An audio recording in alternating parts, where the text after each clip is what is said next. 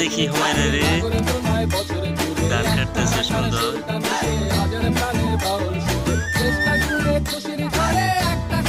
TikToker না, YouTuber.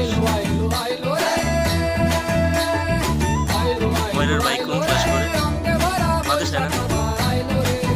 কোন ক্লাসে? নাকি কোরআন পড়ে? নবম। তোমাদের খেতে এখন যাবো।